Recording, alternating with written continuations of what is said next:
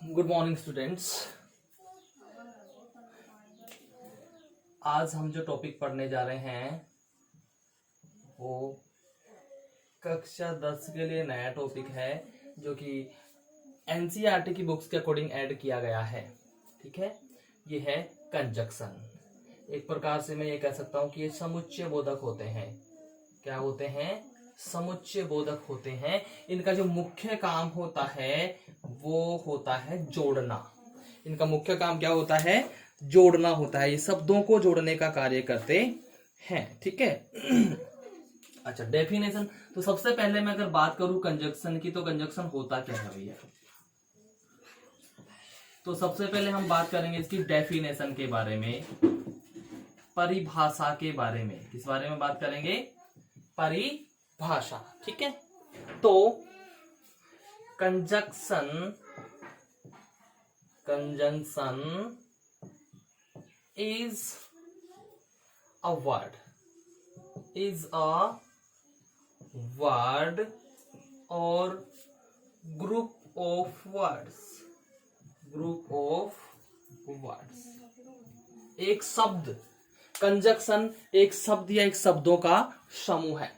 जहां तक मैं बात करूं कंजक्शन की, तो कंजक्शन ये अपने आप में एक शब्द भी हो सकता है और ये एक शब्दों का समूह भी हो सकता है। क्या हो सकता है? ये एक शब्द भी हो सकता है और ये शब्दों का समूह भी हो सकता है।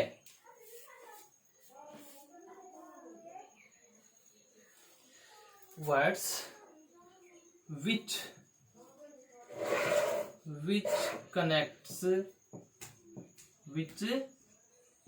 connects two or more than two words, phrases, clauses and sentences। ठीक है। phrases,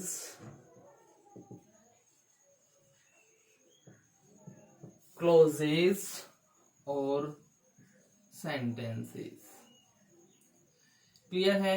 तो मैं बात कर रहा हूं यहां पे कि कंजक्शन एक ऐसा शब्द होता है या शब्दों का एक ऐसा समूह होता है जो दो शब्दों को या दो या दो से अधिक शब्दों, फ्रेजेस, क्लोजेस या सेंटेंसेस को जोड़ने का कार्य करता है। अब यहां पे भैया वर्ड्स हम जानते हैं, फ्रेजेस और क्लोजेस आपको कुछ नए वर्ड्स लग रहे होंगे। तो क्लोजेस और सेंटेंस तो एक ही चीज होती है। मैं यहां पे बात करूं आपके लिए, तो ये जो क्लोजेस और सेंटेंसेस,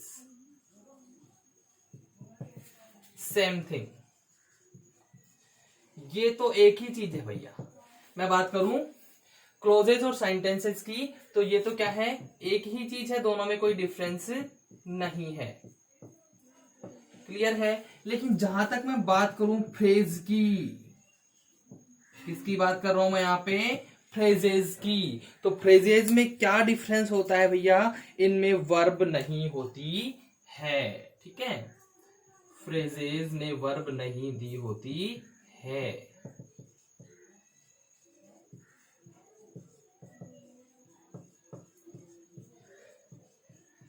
और जब फ्रेजेस में वर्ब नहीं होती है तो इसी वजह से मैं आपसे ये कह सकता हूं कि भैया फ्रेजेस को मैंने यहां पे अलग लिखा है।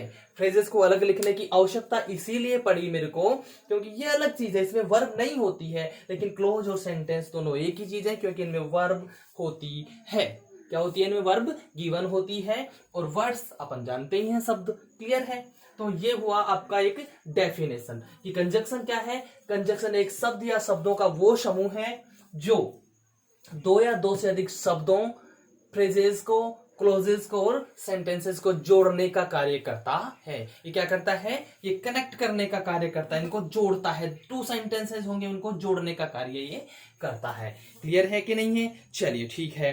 अब इसके बाद मैं बात करूं टाइप्स ऑफ कंजक्शंस। यहां पे मैं बात करूं ये कंजक्शन हो गया अपना कंजंक्शन। तो इसके टाइप्स कौन कौन से होते हैं? कंजक्शंस ऑफ टाइप, यहाँ पे मैं बात करूं तो कंजक्शन को 2 टाइप्स में डिवाइड किया जा सकता है। कितने टाइप्स में डिवाइड किया जा सकता है इसको? 2 टाइप्स में डिवाइड किया जा सकता है। एक तो होता है पेयर कंजक्शन, पेयर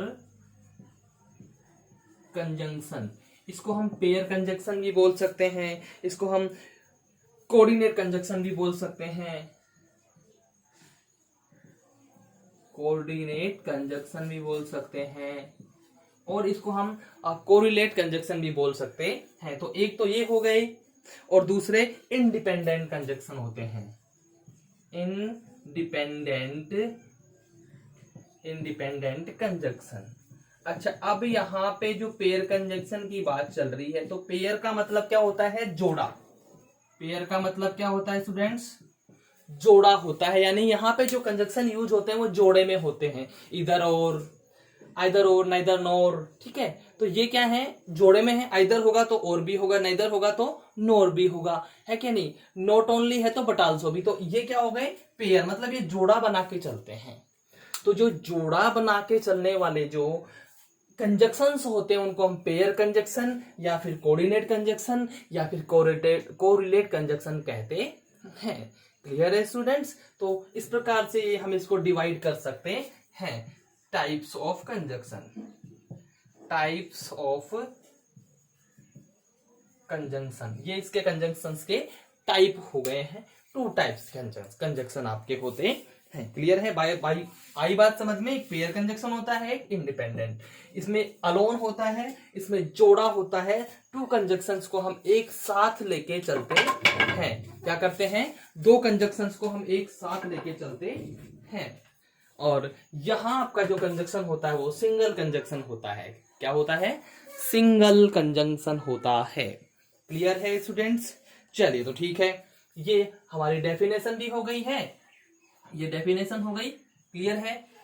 ये मैंने इसके टाइप्स आपको बता दिए, इसमें क्लोजेस क्या होते हैं और फ्रेजेस क्या होते हैं वो भी मैंने आपको क्लियर कर दिया है। ठीक है स्टूडेंट्स? चलिए, तो ठीक है, अब हम आगे बढ़ते हैं।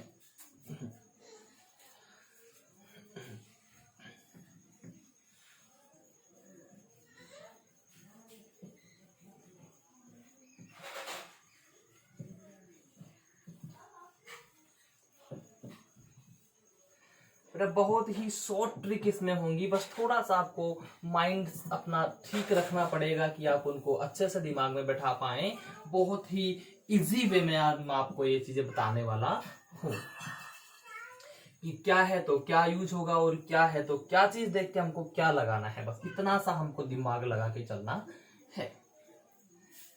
बड़े ही इजी वे में आज मैं आपको ये बताने वाला हूँ। क्लियर है?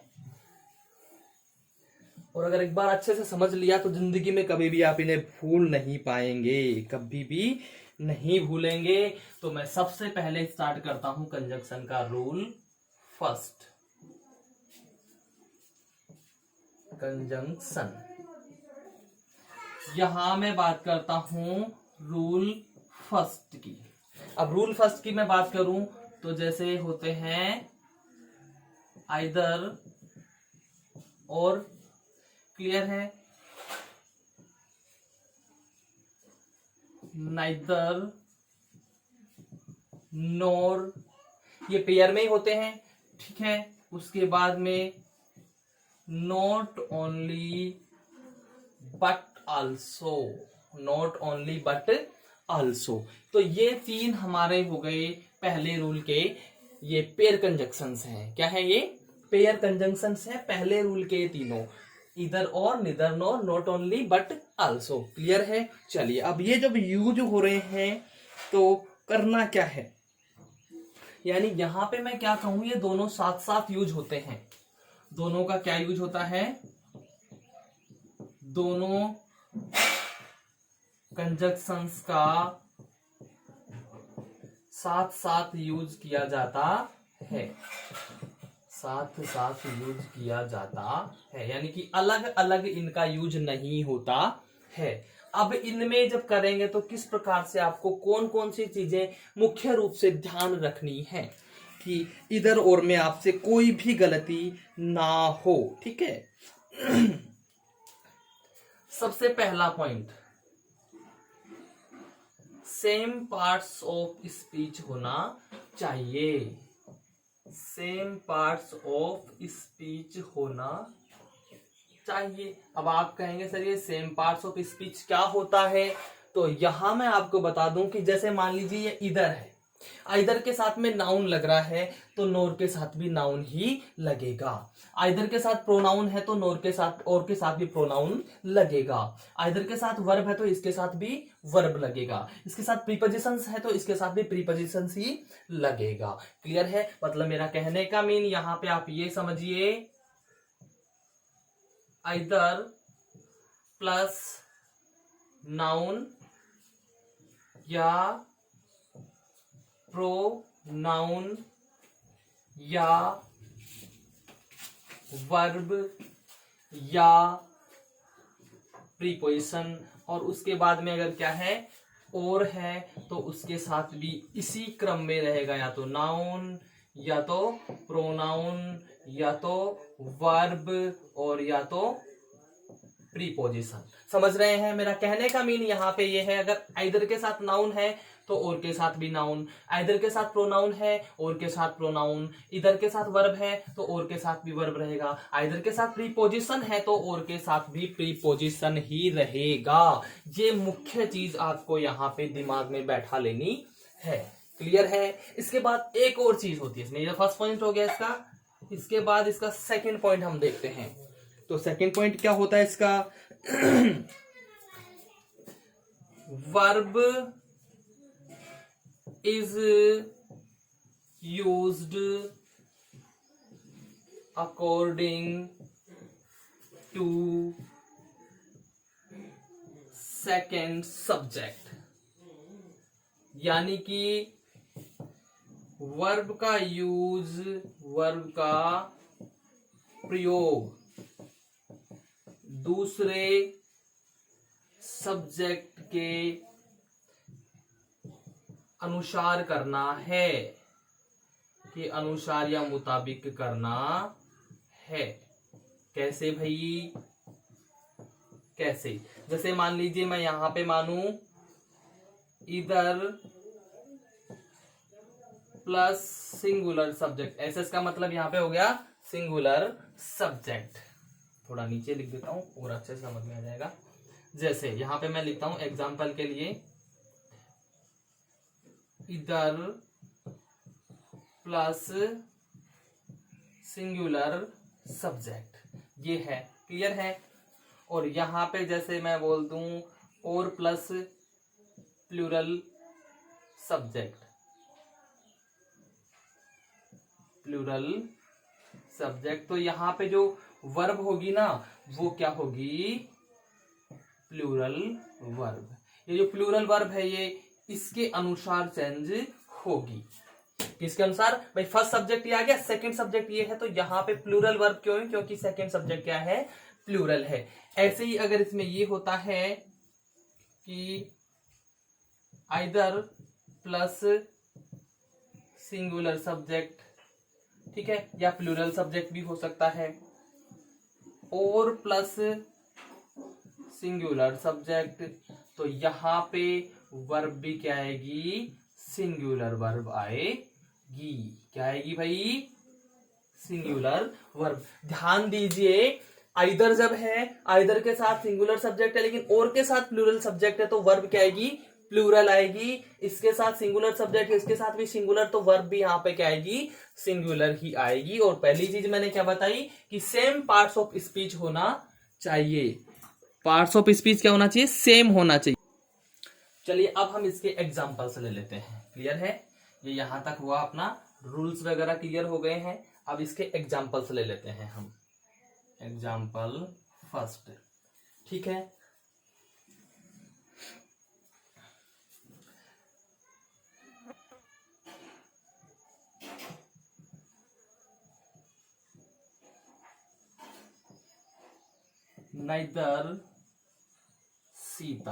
neither Sita nor her friends have come कौन?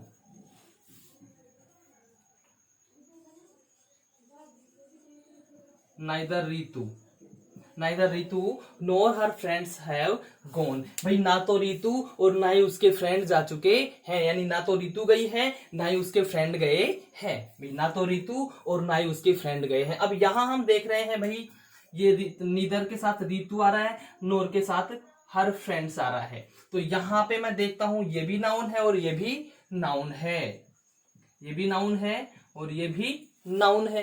क्लियर है? लेकिन ये नाउन कौन सी है भैया? प्लूरल नाउन है। कौन सी है ये? प्लूरल नाउन है, या हम इसको बोल सकते हैं ये प्लूरल सब्जेक्ट है। इसलिए यहां पे हेल्पिंग वर्ब क्या हुई? प्लूरल वर्ब हुई। क्या हुई यहां पे? ये प्लूरल वर्ब। क्यों? क्योंकि भैया ये क्या है? प्लूरल है। हाँ, यहां पे अगर मैं क्या कर देता हूं? हैज कर देता हूं, तो ये क्या हो जाता है भाई? गलत हो जाएगा। क्या हो जाएगा भाई?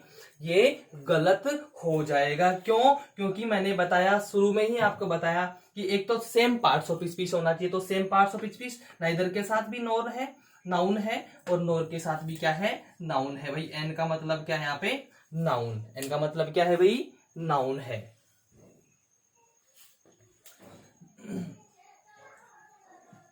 क्लियर है ना ये चीज कि नाइदर के साथ भी नाउन है, नोर के साथ में भी नाउन। हर फ्रेंड्स, उसके दोस्त, पर्सन्स का बोध करा रहा है, तो ये भी क्या हो गई? नाउन हो गई। लेकिन ये नाउन कौन सी है? प्लूरल है, तो प्लूरल सब्जेक्ट हो गया, इसलिए इसके साथ में प्लूरल वर्ब आई है। क्लियर है स्टूडेंट्स? इसमें कोई डाउट?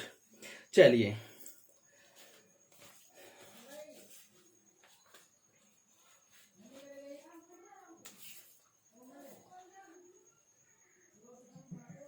देखिए, not only Sohan but, not only Sohan but also his brothers, also his brothers were, not only Sohan but also his brothers were fine. ठीक है, ना केवल सोहन बल्कि उसके दोस्त भी क्या थे? ठीक थे। उसके दोस्त भी क्या थे? ठीक थे। या फिर मैं यहां और कुछ लिख दूं, ना सिर्फ सोहन बल्कि उसके दोस्त भी क्या थे? खिलाड़ी थे। क्या थे? खिलाड़ी थे। अब यहां मैं देखता हूं वही चीज, पहला अपना रूल लग रहा है कि नहीं लग रहा है? Sohan his friend, his brothers, तो सोहन भी क्या है यहाँ पे? नाउन है। हिज ब्रदर्स भी क्या है? नाउन है। तो सेम पार्ट्स स्पीच हुआ कि नहीं? नॉट ओनली के साथ नाउन बट आल्सो के साथ में नाउन हो गया कि नहीं? पहला वाला सेम पार्ट्स ऑफ स्पीच हुआ कि नहीं हुआ? तो ये हो गया सेम पार्ट्स ऑफ स्पीच। उसके बाद मैं देखता हूं सेकंड रूल। सेकंड रूल क्या है कि सेकंड सब्जेक्ट के हिसाब से ही वर्ब का यूज होता है। Second subject his brothers S लग रहा है, नाउन के साथ एस लगता है तो प्लूरल हो जाती है, वर्ब के साथ लगता है तो सिंगुलर हो जाती है। तो यहां नाउन है ना, ये नाउन के साथ लगा तो ये क्या हो गया भाई? ये प्लूरल सब्जेक्ट हो गया। क्या हो गया? ये प्लूरल सब्जेक्ट। इसलिए यहां पे क्या हुआ है? Plural verb. अगर मैं यहां वोज लिख देता हूं तो वोज हमारा बिल्कुल पूरी तरह से क्या होगा? गलत होगा। आई बात समझ में? तो ये आप एक बार फिर से देख लीजिए भाई कि इन तीनों की आइदर और, neither NOR, not only but also. तो पहली चीज तो क्या देखनी है? सेम पार्ट्स ऑफ स्पीच होना चाहिए। अगर आइदर के साथ जो चीज है वही चीज और के साथ भी, आइदर के साथ नाउन और के साथ नाउन, आइदर के साथ प्रोनाउन और के साथ प्रोनाउन, आइदर के साथ वर्ब और के साथ वर्ब, आइदर के साथ प्रीपोजिशन और के साथ प्रीपोजिशन। तो सेम पार्ट्स ऑफ स्पीच होना चाहिए, पहली चीज। दूसरी चीज, इसमें जो वर्ब होती है, वर्ब जो सेकंड सब्जेक्ट के हिसाब से ही यूज की जाती है। ठीक है, तो दोस्तों मैं आशा करता हूं आपको ये पहला पॉइंट बहुत अच्छे से समझ में आया होगा। अगर आया है तो बहुत अच्छी बात है। ठीक है, आगे बढ़ते हैं और रूल नंबर 2 इसका हम देखते हैं।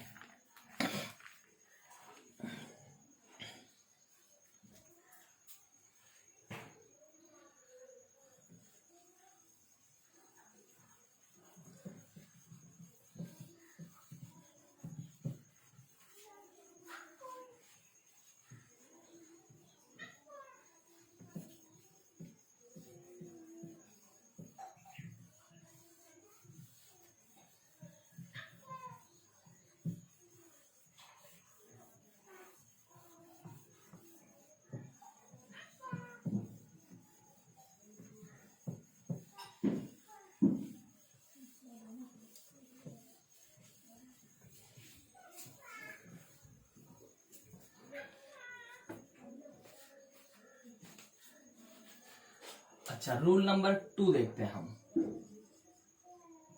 Rule number 2, both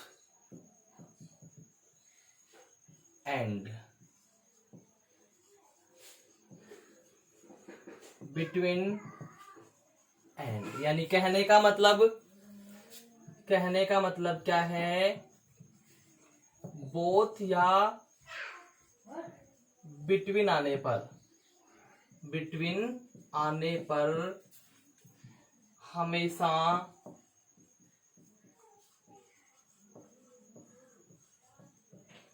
conjunction and का यूज किया जाता है।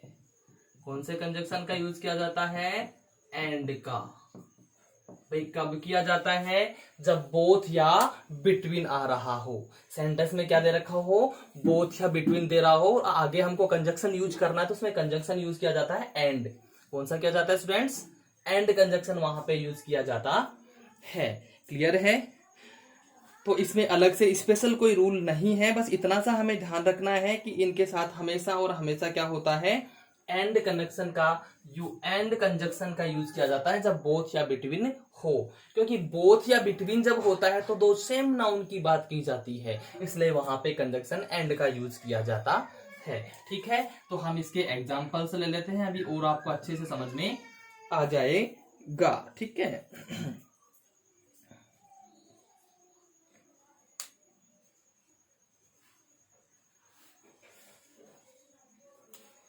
यहां मैं लिखूं बोथ सोहन एंड राम।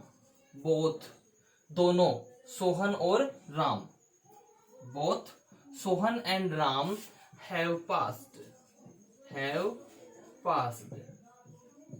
तो यहां मैं क्या देख रहा हूं भाई? यहां हमने देखा कि बोथ आ गया सेंटेंस में। क्या हो गया? Both Sohan and Ram have passed. तो यहां मैं देख रहा हूं बोथ दोनों कौन? सोहन और राम हैव पास्ड। तो यहां पे भाई बोथ आया, बोथ की वजह से यहां पे कंजंक्शन मैंने क्या यूज किया? एंड का यूज किया। बोथ आ गया तो बोथ की वजह से अब दोनों के बीच में कंजंक्शन तो लगाना पड़ेगा ना, तो यहां कंजंक्शन क्या लगेगा? एंड लगेगा। जैसे मान लीजिए मैंने यहां पे both Sohan as well as लगा दिया, तो ये क्या हो गया भाई? गलत हो गया। ये वाला मेरा क्या हो जाता है? बिल्कुल गलत हो जाता है। क्यों? क्योंकि भैया इसके साथ तो एंड ही आता है, एज वेल एज आ ही नहीं सकता, तो ये गलत हो गया है। क्लियर है कि नहीं है? चलिए ठीक है, और देखते हैं।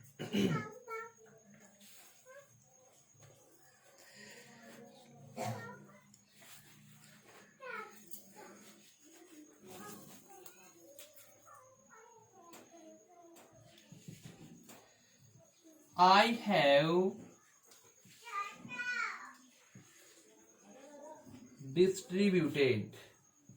have distributed these fruits between. I have distributed these fruits between Rani and Rasmi. I have distributed these fruits between Rani and Rasmi. तो यहां मैं देखता हूं क्या आ गया भाई? बिटवीन आ गया। तो इस बिटवीन की वजह से मैंने यहां पे क्या किया है?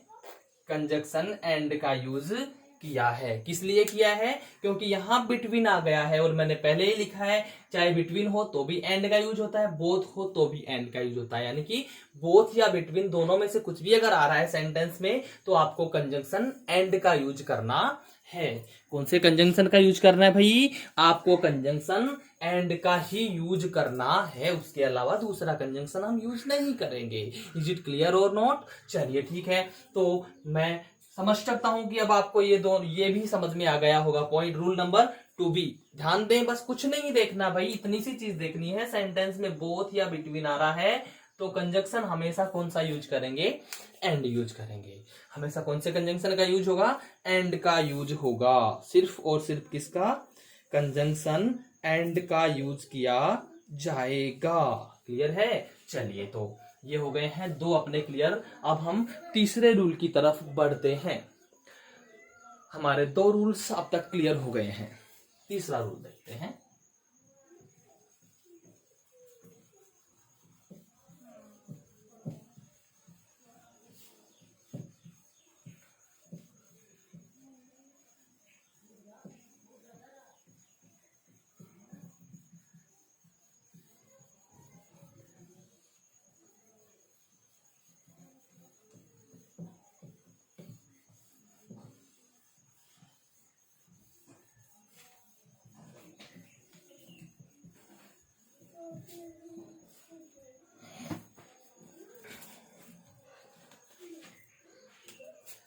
यहां बात करता हूं रूल नंबर 3 की। रूल नंबर 3 क्या कहता है भैया? हार्डली या स्कार्सली। हार्डली या स्कार्सली। तो भैया यहां पे ध्यान रखेंगे व्हेन या बिफोर। ठीक है? यानी कि हार्डली या स्कार्सली आने पर हमेशा कंजंक्शन व्हेन या बिफोर यूज होता है। कौन कौन से कंजंक्शन यूज होते हैं? व्हेन या फिर बिफोर। कब? जब हार्डली या स्कार्सली से सेंटेंस आपका शुरू हो रहा हो। हार्डली या स्कार्सली से सेंटेंस शुरू हो तो वहां पे आप ध्यान रखेंगे कंजंक्शन व्हेन या बिफोर का ही यूज होगा। वहां और कोई कंजंक्शन अगर आप करते हैं तो वो गलत हो जाता है। अब इसमें नोट पॉइंट है, कुछ चीजें जो ध्यान रखनी होंगी आपको जरूरी रूप से। सबसे पहली चीज नोट पॉइंट हम इन्हें कह सकते हैं। पहली चीज inversion form.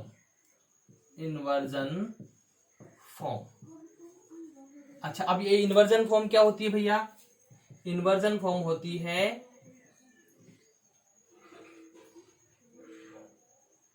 Other word.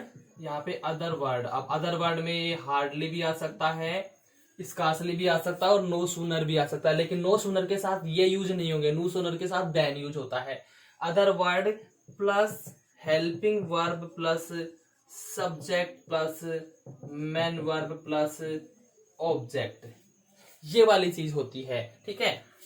Plus others. लेकिन यहां पे फुल स्टॉप लगा होता है, ना कि क्वेश्चन मार्क। अब आप कहेंगे सर हेल्पिंग वर्ब से जब शुरू होता है तो उसमें तो क्वेश्चन मार्क लगा होता है, लेकिन इन्वर्जन फॉर्म में क्वेश्चन मार्क नहीं लगा होता है। इन्वर्जन फॉर्म में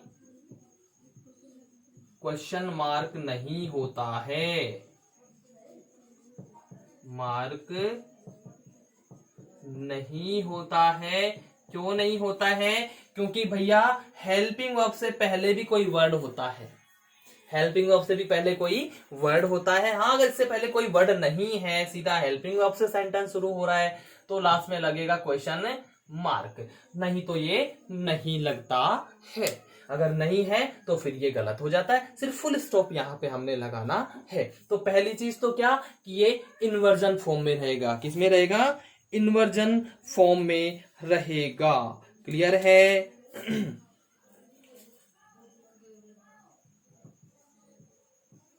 दोनों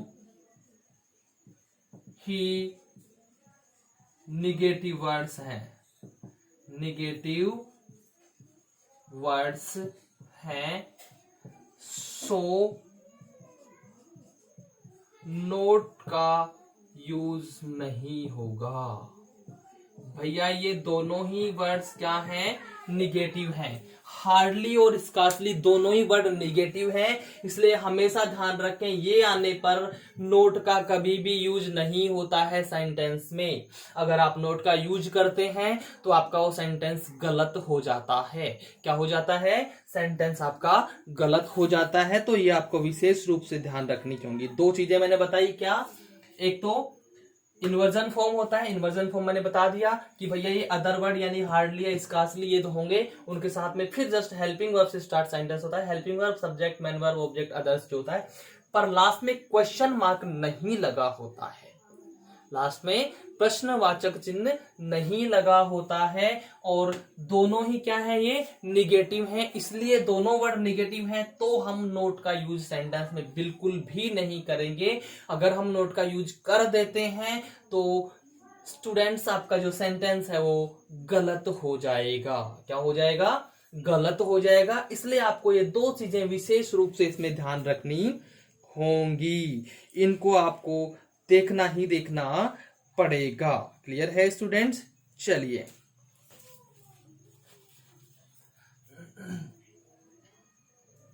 example,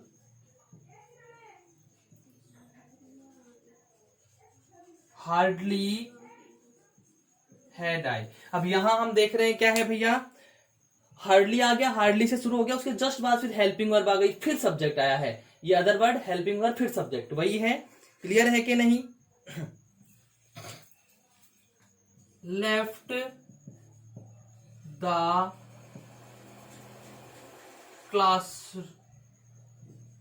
classroom when, hardly had I left the classroom when या फिर बिफोर, व्हेन या बिफोर, दोनों में से कोई सा भी आ सकता है। The children made a noise, children made a noise,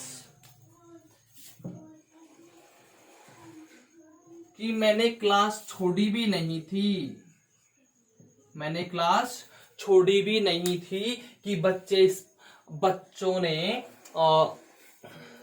आवाज करना प्रारंभ कर दिया। अब यहाँ पे व्हेन या बिफोर है, आपका सेंटेंस सही है, लेकिन अगर मैं यहाँ पे देन कर दूं तो सेंटेंस क्या हो जाएगा? गलत हो जाएगा। तो व्हेन या बिफोर कर रहा हूं तो सेंटेंस बिल्कुल सही है। ठीक है,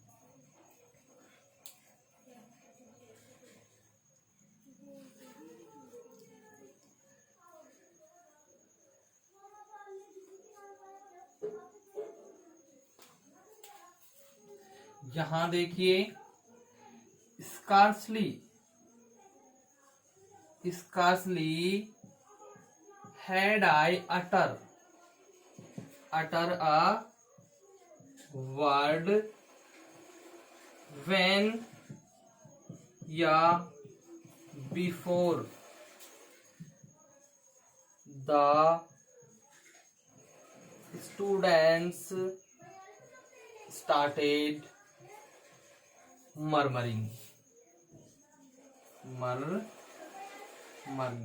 यानी मैंने मुश्किल से ही एक शब्द बोला था, तभी और विद्यार्थी क्या करने लग गए थे? मरमरिंग करने लग गए थे, बड़बड़ाने लग गए। तो हम दोनों जगह यहाँ पे देख रहे हैं, हार्डली आ गया, इसके साथ में व्हेन या बिफोर, स्कार्सली आ गया है, इसके साथ में व्हेन या बिफोर, और साथ में आपका इन्वर्जन फॉर्म भी चल रहा है कि हेल्पिंग वर्ब के बाद में सब्जेक्ट आ रहा है, यानी सब्जेक्ट से पहले हेल्पिंग वर्ब आ रहा है, तो इन्वर्जन फॉर्म भी आपका चल रहा है। ये भी आपको समझ में आया होगा। एक बार फिर से बता देता हूं कि जहां हार्डली या स्कार्सली आपको सेंटेंस में दिखाई दे तो वहां सिर्फ और सिर्फ व्हेन या बिफोर कंजक्शन का यूज करेंगे। इसका करेंगे? सिर्फ और सिर्फ व्हेन या बिफोर कंजक्शन का यूज करेंगे। उसके अलावा अगर हम कोई दूसरा कंजंक्शन यूज करते हैं तो हमारा सेंटेंस गलत होता है। अब इसमें भी मुख्य रूप से जो पॉइंट ध्यान रखने योग्य होंगे वो कैसे पता चलेगा भाई, ये वाला हार्डली स्कार्सली वाला जो व्हेन बिफोर वाला सेंटेंस है, इसमें इन्वर्जन फॉर्म होता है। इन्वर्जन फॉर्म मैंने बताया है कि हेल्पिंग वर्ब से सेंटेंस शुरू हो जाएगा, उसके बाद सब्जेक्ट आएगा, हेल्पिंग वर्ब के बाद सब्जेक्ट आएगा। लेकिन जब सिर्फ हेल्पिंग वर्ब से शुरू हो रहा है सेंटेंस तो लास्ट में क्वेश्चन मार्क लगता है, वो तो इंटरोगेटिव हो जाता है सर, लेकिन उससे पहले अन्य वर्ड स्कार्सली या हार्डली लगता है तो लास्ट में क्वेश्चन मार्क ना लग के फुल स्टॉप लगता है और वो इन्वर्जन फॉर्म हो जाता है, यानी कि क्वेश्चन मार्क इन्वर्जन फॉर्म में क्वेश्चन मार्क नहीं होता है। क्लियर है कि नहीं है? दूसरी चीज, दोनों ही वर्ड्स क्या है, दोनों ही निगेटिव वर्ड्स है, ये दोनों ही क्या है, निगेटिव वर्ड्स है, इसलिए नोट का यूज तो होगा ही नहीं। नोट का यूज तो आप कभी भी नहीं कीजिए, क्योंकि दोनों ही वर्ड्स क्या है, ये दोनों ही वर्ड्स निगेटिव वर्ड्स है, ये दोनों क्या है, निगेटिव वर्ड्स है, इसलिए हम नोट का तो यूज कभी कर ही नहीं सकते, कभी कर ही नहीं सकते। ठीक है कि नहीं है। चलिए अब जैसे मैंने यहाँ पे एग्जांपल दे दिए भैया, हार्डली आ गया, हार्डली ठीक है, अदर वर्ड हो गया, हेल्पिंग वर्ब हो गई आपकी, सब्जेक्ट हो गया, यहाँ मेन वर्ब हो गई, और उसके बाद ऑब्जेक्ट आपका आ गया। तो अब यहां मैं देख रहा हूं हार्डली आ रहा है, इन्वर्जन फॉर्म फॉलो हो रही है, तो भैया यहां इस दूसरे सेंटेंस को मैं जोड़ने के लिए व्हेन या बिफोर का यूज करूंगा। किसका यूज करूंगा, व्हेन या बिफोर का यूज करूंगा। सो आई डिड, ऐसा मैंने किया, दोनों ही सेंटेंसेस में मैंने ऐसा किया है। ठीक है स्टूडेंट्स, तो दोस्तों ये तीसरा पॉइंट भी आपको समझ में आ गया होगा। ठीक है, आगे बढ़ते हैं नेक्स्ट पॉइंट के लिए। क्लियर है, पॉइंट नंबर 4 की तरफ हम बढ़ते हैं।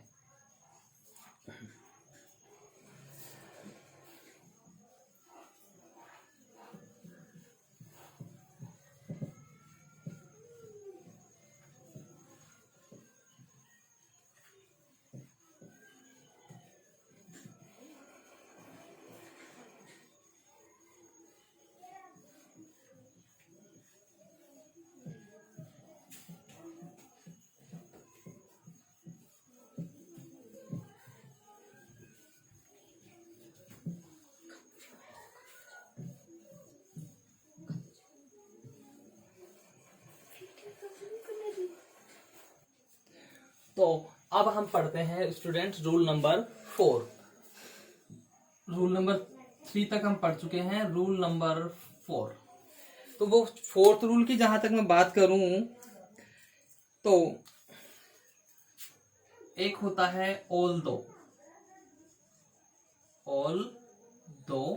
और एक होता है दो। अगर ये आ रहे हैं तो या तो यट होगा या फिर कोमा होगा। क्या होगा, या तो यट या फिर कोमा। कोमा तो आप समझ ही रहे होंगे, ये कोमा। सेंटेंस में ऑल दो या दो दिख रहा है तो आप ध्यान रखें, हमेशा कंजक्शन या तो यट यूज करेंगे या कोमा यूज करेंगे। क्लियर है। और इसमें भी मैं जहां तक बात करूं तो दोनों में कोई सा भी यूज किया जा सकता है। उसके लिए ये नहीं कि भाई ऑल दो के साथ यट होगा, दो के साथ कोमा होगा, लेकिन ज्यादा अगर मैं उचित की बात करूं, दोनों ही सही है, कोई सा भी यूज कर सकते हैं हम, उसमें कोई दिक्कत नहीं है। लेकिन भैया जहां तक मैं दो की बात करूं तो कोमा ज्यादा उचित माना जाता है, कोमा को ज्यादा उचित माना जाता है। क्लियर है। और अगर मैं ऑल दो की बात करूं, ऑल दो, तो यहां पे यट को ज्यादा उचित माना जाता है, उचित माना जाता है। ये चीजें हैं यहाँ पे स्टूडेंट्स, ध्यान देंगे एक बार फिर से कि ऑल दो या दो से जब आपका सेंटेंस है, उसमें उस सेंटेंस में ऑल दो या दो दे रखा है तो यट या कोमा, कौन से कंजक्शंस यूज होंगे, यट या कोमा कंजक्शंस यूज होंगे। लेकिन तो सिंपल सी चीज ध्यान रखनी है कि भाई दो है, उसके साथ ज्यादा उचित तो कोमा ही है, ज्यादा उचित कोमा है। लेकिन अगर यट भी यूज करते हैं तो भी आपका सेंटेंस गलत नहीं होगा। ऑल दो के साथ ज्यादा उचित यट है लेकिन कोमा भी यूज करेंगे तो भी सेंटेंस गलत नहीं होगा। In both the conditions both the sentences are right, no sentence is wrong, both are right. Understand students. चलिए ठीक है, तो अब हम इसका एग्जाम्पल्स लेके चलते हैं। ठीक है, चलिए एग्जाम्पल्स लेते हैं। जैसे मैं यहां पे लिखूं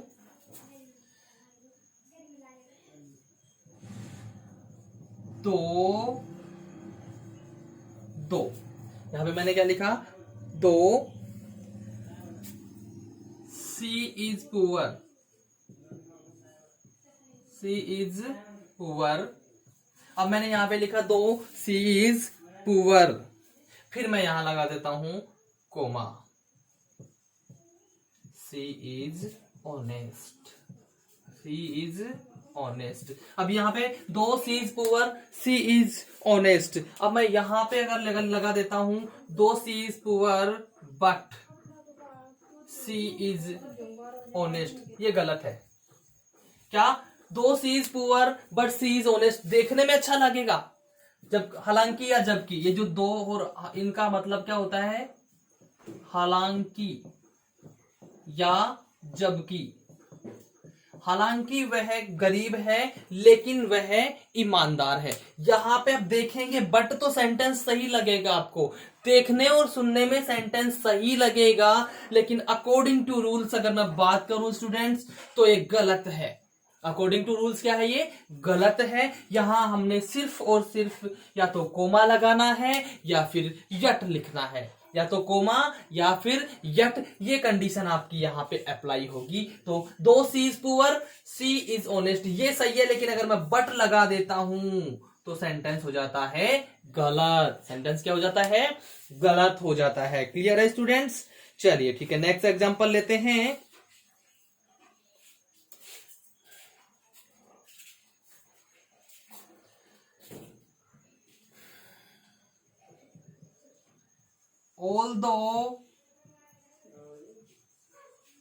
although he is old, although he is old, जबकि वह बूढ़ा है, yet फिर भी, अभी भी, yet he can walk a mile, यहां पे क्या कह रहा है भाई कि जबकि या हालांकि वह बूढ़ा है, अब भी वह 1 मील तक चल सकता है। मतलब यहां क्या बता रहा है? Although he is old but he can walk. अब यहां पे भी अगर मैं बट लिख देता हूं तो ये सेंटेंस गलत हो जाएगा, और अगर ये है तो सेंटेंस आपका परफेक्टली राइट है, पूर्णतया सही है। तो यहां पे आपको कुछ ज्यादा नहीं ध्यान रखना, सिर्फ इतना सा ध्यान रखना है सेंटेंस में ऑल्दो या दो, ऑल्दो या दो है तो यट या कोमा आपको कंजक्शन के रूप में यूज करना है। ध्यान रखेंगे दो के साथ उचित ज्यादा कौन सा होता है? कोमा, और ऑल्दो के साथ उचित ज्यादा होता है यट। बाकी आप दोनों में से कोई सा भी यूज कर सकते हैं, both are right, no one can say it's wrong, both are right. आप दोनों में से कोई सा भी यूज कर सकते हैं, बट मोस्ट अप्रोप्रिएट मैंने बताया है, ज्यादा उचित मैंने बताया है। क्लियर है? यहां पे हमने देखा though he is poor, he is honest, सही है, सिर्फ कोमा लगा है, सेंटेंस सही है, लेकिन बट लगा दिया, सेंटेंस गलत। Although he is old yet he can walk A mile, जबकि वो बूढ़ा है फिर भी बहुत 1 मील तक चल सकता है, यानी यहाँ पे यट है सही है, बट है गलत है। क्लियर है स्टूडेंट्स? तो इस प्रकार से हम 4 रूल पढ़ चुके हैं। ठीक है, अब हम इसका रूल नंबर 5 लेते हैं। रूल नंबर 5 हम इसका लेते हैं। तो यहां तक मैं आशा करता हूं स्टूडेंट्स आपको 4 रूल बड़े अच्छे से समझ में आ गए होंगे। अभी 5वां रूल मैं इसका लेता हूं।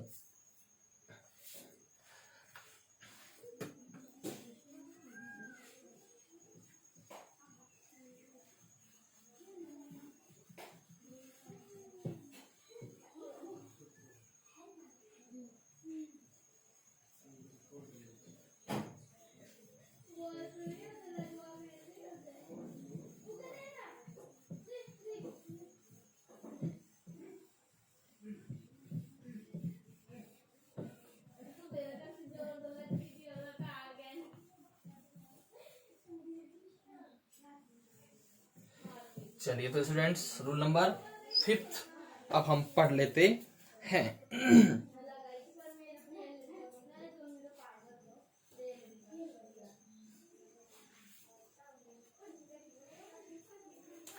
अच्छा, रूल नंबर 5, नो सूनर इसके साथ आता है देन। नो सूनर के साथ में क्या आता है? देन आता है।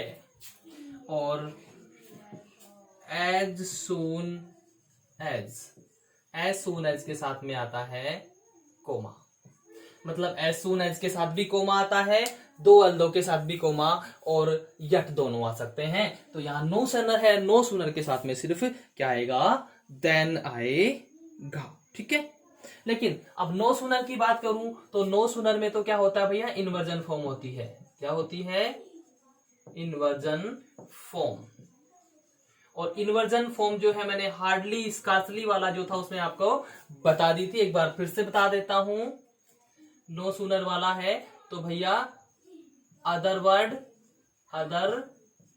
Word plus helping verb plus subject plus man verb plus object plus others, ये हो गया है इन्वर्जन फॉर्म, यानी यहाँ पे क्वेश्चन मार्क नहीं होगा। ये इसमें नो सूनर में तो इन्वर्जन फॉर्म लगेगी, ठीक है, लेकिन इसमें सिर्फ कोमा, नो इन्वर्जन फॉर्म, इसमें इन्वर्जन फॉर्म का उपयोग नहीं होगा। No inversion form. अब आप कहेंगे सर आप इसको नो सूनर को हार्डली स्कार्सली के साथ भी ले सकते थे, लेकिन नहीं ले सकते थे। क्यों? क्योंकि हार्डली स्कार्सली के साथ, दोनों के साथ व्हेन या बिफोर कोई सा भी यूज हो सकता है, इसके साथ स्पेशली देन का ही यूज किया जाता है।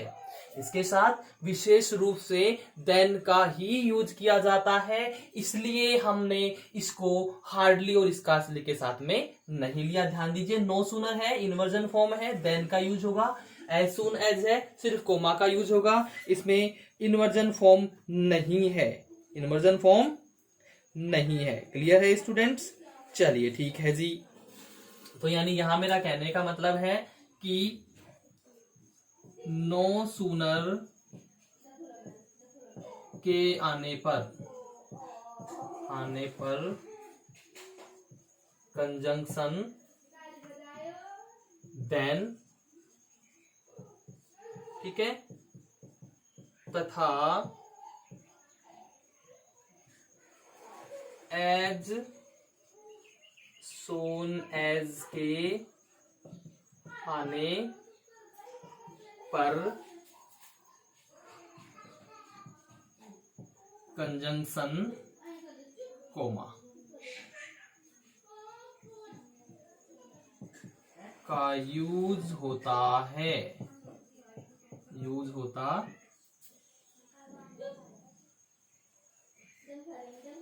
क्लियर है दोस्तों? चलिए ये लीजिए, तो ये हो गया है आपका ये 5वें रूल का। अब हम इसको एग्जाम्पल्स के द्वारा समझते हैं। जैसे एग्जाम्पल्स के द्वारा समझते हैं तो इसमें आपको और भी अच्छे तरीके से सारी चीजें क्या हो जाएंगी, क्लियर हो जाएंगी। क्लियर है?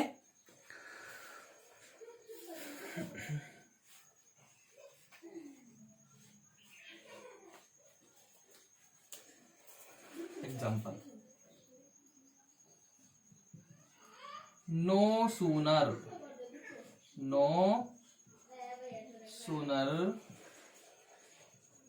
Did she enter the class. अब यहां देख रहे हैं, no sooner did she enter the class then the children stood up. यानी कि जैसे ही वो क्लास में पूरी तरह से एंटर भी नहीं हुई थी, कि उससे पहले ही पूरी तरह से एंटर भी नहीं हुई थी, और तभी बच्चे क्या हो गए, सारे खड़े हो गए जस्ट टू वेलकम हर। तो यहां पे मैं क्या बता रहा हूं आपको, नो सूनर आ गया भाई, इन्वर्जन फॉर्म फॉलो हो रही है, helping verb subject man verb, inversion form follow हो रही है। यहाँ पे नो सूनर है, नो सूनर है तो भैया इसके साथ क्या लगाता हूं मैं, देन लगाता हूं, यानी आपका ये सही हो गया। No sooner did she enter the class then the children stood up. अब यहां मैं अगर देन ना लगा के वेन लगा देता हूं, मैं यहाँ पे क्या लगा देता हूं, अब ये वेन में लगाया तो ये देखने में अच्छा लगेगा, बोलने में भी सही लगेगा, देखने में भी आपको ये सही लगेगा, लेकिन वास्तव में ये गलत होगा। No sooner did she enter the class then the children stood up. तो मैं बताऊं आपको कि यहां पे ये सही है और ये वाला गलत है। ध्यान देंगे इस बात पे कि भैया नो सूनर के साथ हमेशा और हमेशा आपको कौन से कंजंक्शन का यूज करना है, कंजंक्शन देन का ही यूज करना है, व्हेन बिफोर का यूज नहीं कर सकते, क्योंकि वो हार्डली और स्कार्सली के लिए ही रिजर्व है। इसके लिए वो नहीं है, तो इसके साथ तो हम when का ही यूज कर सकते हैं। क्लियर है दोस्तों? चलिए ठीक है, तो इसका नेक्स्ट एग्जाम्पल हम लेते हैं। Next example,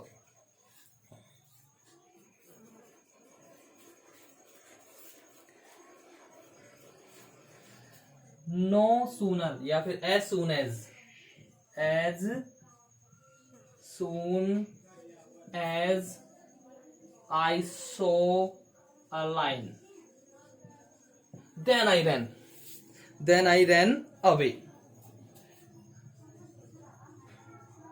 then I ran away। ये सेंटेंस आप देखिए सही है कि गलत है? स्टूडेंट्स ये सेंटेंस गलत है, क्योंकि यहाँ पे देन नहीं आएगा, यहाँ पे देन नहीं आएगा, बल्कि यहाँ पे क्या आना है?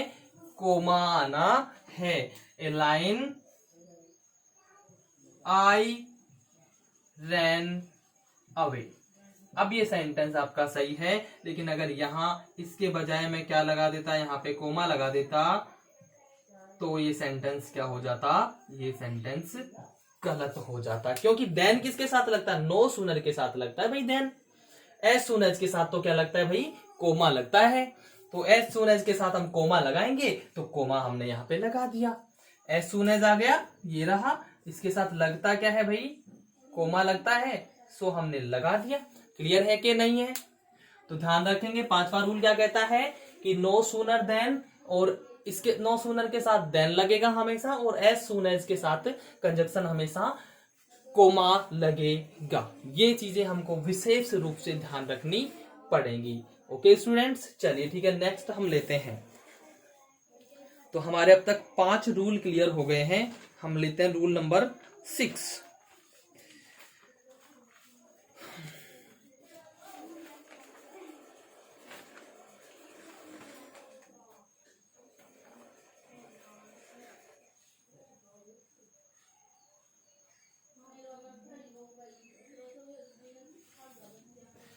ये हो गए 5 रूल्स, आपने अब तक क्लियर कर लिए हैं।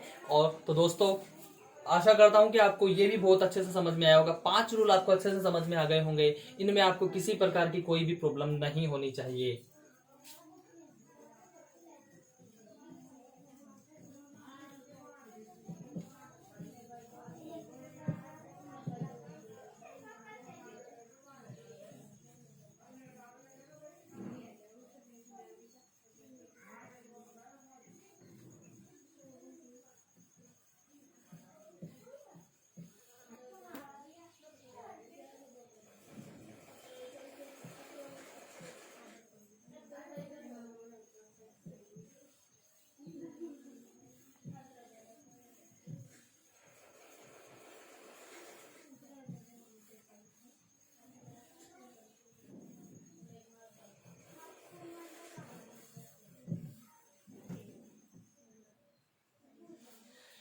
तो स्टूडेंट्स, रूल नंबर 6 क्या कहता है?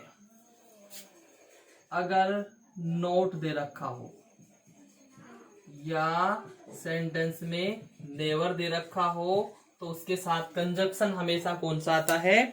और कंजंक्शन का यूज किया जाता है। कौन से कंजंक्शन का यूज किया जाता है फ्रेंड्स? और कंजंक्शन का। यानी कि मैं यहां पे लिख देता हूं इस चीज को, नोट या नेवर के साथ हमेशा कंजंक्शन और का यूज किया जाता है। क्लियर है स्टूडेंट्स? कौन से कंजंक्शन का यूज करेंगे? और कंजंक्शन का यूज करेंगे। अब ये इसकी बात करूं तो ये दोनों ही वर्ड्स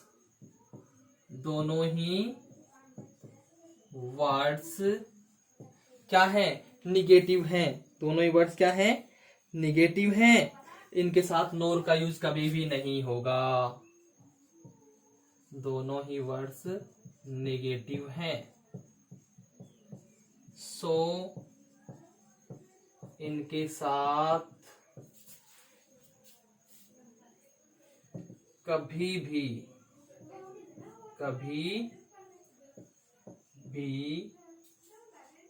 नोर का यूज नहीं किया जाएगा। नोर का यूज नहीं किया जाएगा। क्यों नहीं करेंगे नोर का यूज? क्योंकि फ्रेंड्स ये दोनों ही वर्ड्स निगेटिविटी को दर्शाते हैं, नकारात्मकता को दर्शाते हैं। नोट और नेवर दोनों ही क्या है? नकारात्मक वर्ड है ना, निगेटिव वर्ड्स हैं, इसलिए इनके साथ में हम कभी भी नोर का यूज, क्योंकि नोर फिर निगेटिव आ गया। जब दोनों निगेटिव है तो दूसरा निगेटिव लेने की जरूरत कहां से है? जब यह एक निगेटिव है तो दूसरा निगेटिव लेने की जरूरत ही नहीं है। तो इसलिए इनके साथ में ध्यान रखना, हम नोर का यूज तो एटलीस्ट नहीं करेंगे। हाँ, नोर का यूज किसके साथ होता है? निदर के साथ होता है, NEITHER, नाइदर के साथ होता है, लेकिन नेवर और नोट के साथ कभी भी नोर का यूज हम नहीं कर सकते हैं। क्लियर है?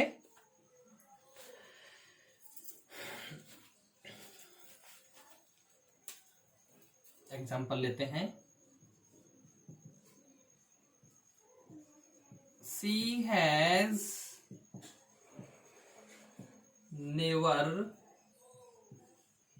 spoken to me nor. She has never spoken to me nor written to me.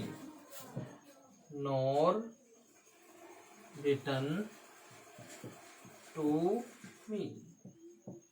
She has never spoken to me. वह मुझसे कभी भी नहीं बोली और नहीं मुझे लिखी। अब यहां पे देखे, मैं बात करूं, यहां नोर नहीं आएगा, ये सेंटेंस गलत हो जाता है आपका। तो यहां मैंने नोर के बजाय क्या करना है भाई?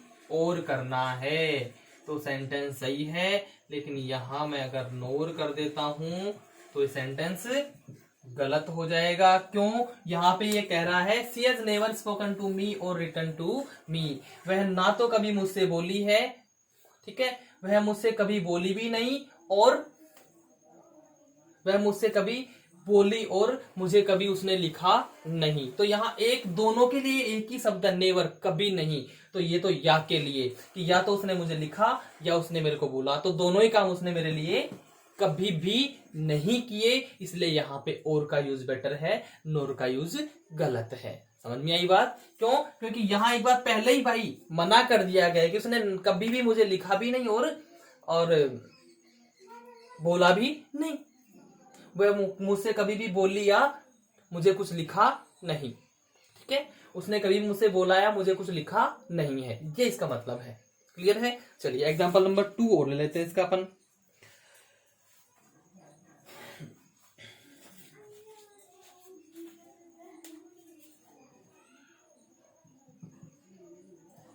Radha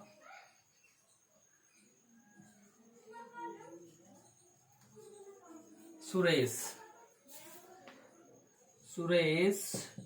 did not break it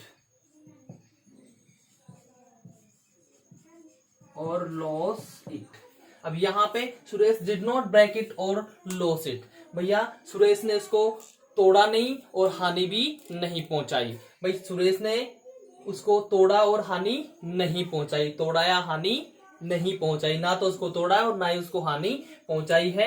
यहाँ पे और मैंने कर दिया है, ये और आपका सही है, लेकिन यहां अगर मैं कर देता नोर तो भैया ये बिल्कुल प्रॉपरली आपका ये वर्ड क्या है? गलत है। ठीक है, तो यहाँ पे Suresh did not break it और लॉस इट। ये सिंपल सा ध्यान रखना है भाई, नॉट और नेवर आ रहा है तो उसके साथ और ही कंजक्शन यूज करना है, उसके साथ नोर कंजक्शन कभी भी यूज नहीं करना है, क्योंकि उससे आपका डबल नेगेटिविटी और गलत सेंटेंस हो जाता है। क्लियर है स्टूडेंट्स? तो इस प्रकार से ये 6 रूल आपके हो चुके हैं। क्लियर? अब हम एक और रूल ले लेते हैं इसका, रूल नंबर 7।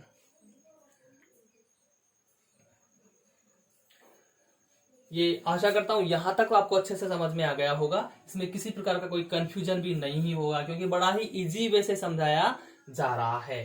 तो हम रूल नंबर 7वां लेते हैं इसका।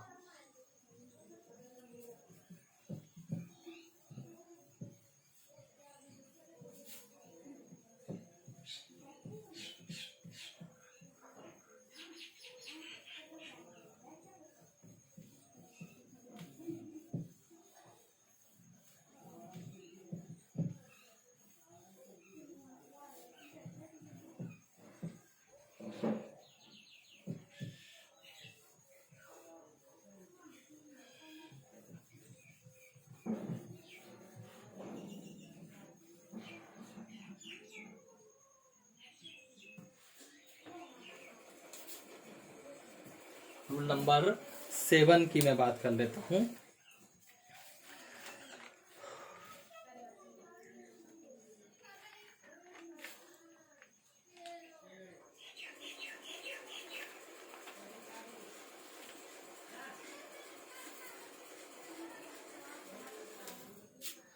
ये होता है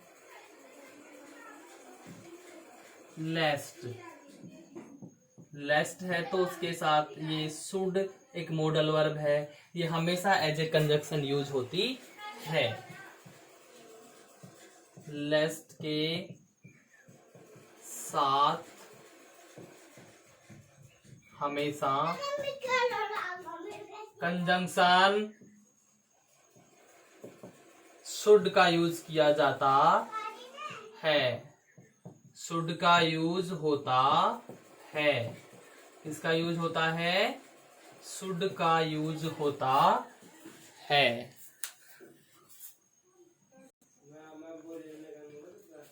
तो ये लेस्ट होता है भाई, इसके साथ हमेशा कंजक्शन के रूप में शुड।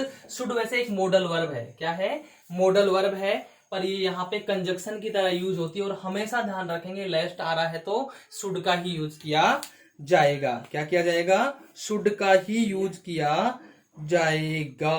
क्लियर है? अब यहाँ पे कुछ नोट पॉइंट्स हैं।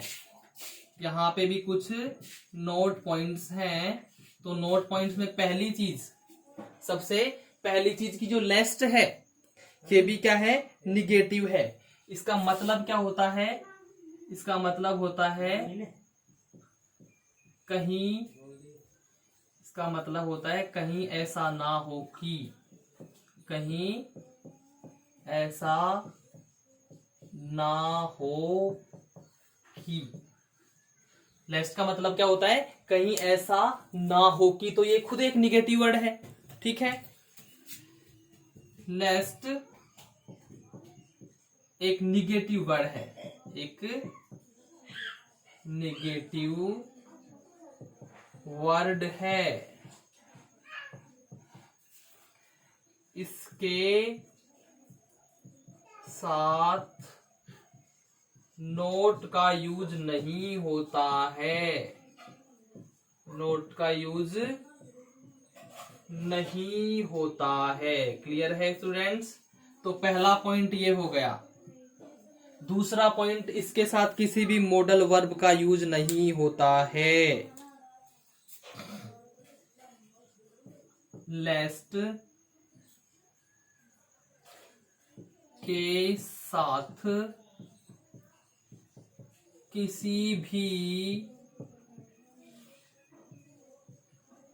दूसरी modal verb, model auxiliary verb का यूज नहीं होता है। बस ये दो ही पॉइंट है मुख्य रूप से इसके बारे में जो हमको ध्यान रखने पड़ेंगे। पहला पॉइंट क्या है कि लेस्ट अपने आप में एक निगेटिव वर्ड है। जब निगेटिव वर्ड है तो भैया इसके साथ आपको नोट का यूज नहीं करना है। किसका यूज नहीं करना है भाई? नोट का हमको यूज इसके साथ में नहीं करना है। और दूसरी जो मॉडल वर्ब हैं उनका भी यूज नहीं होता है। जो भी दूसरी मॉडल वर्ब है यहाँ यूज नहीं होंगी, क्योंकि लेस्ट के साथ सिर्फ और सिर्फ एक ही मॉडल वर्ब यूज होती है और वो होता है शुड। क्लियर है स्टूडेंट्स? चलिए, तो ये चीजें आपको विशेष रूप से ध्यान रखनी पड़ेंगी। देखिए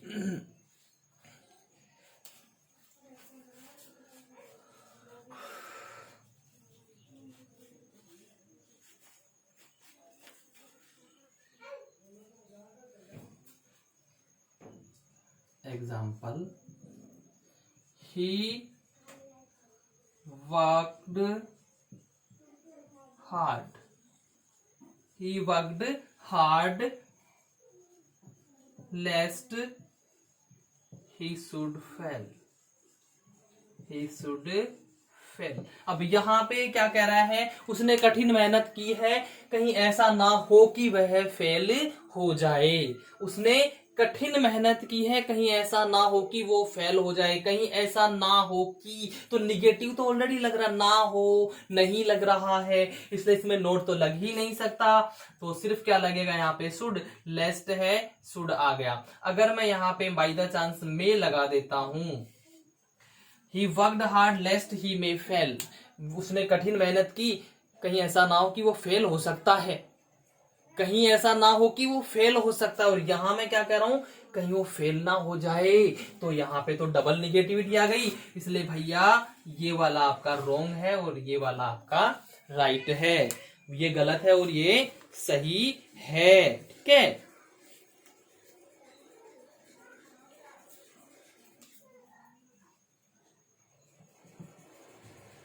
वर्क हार्ड, वर्क हार्ड लेस्ट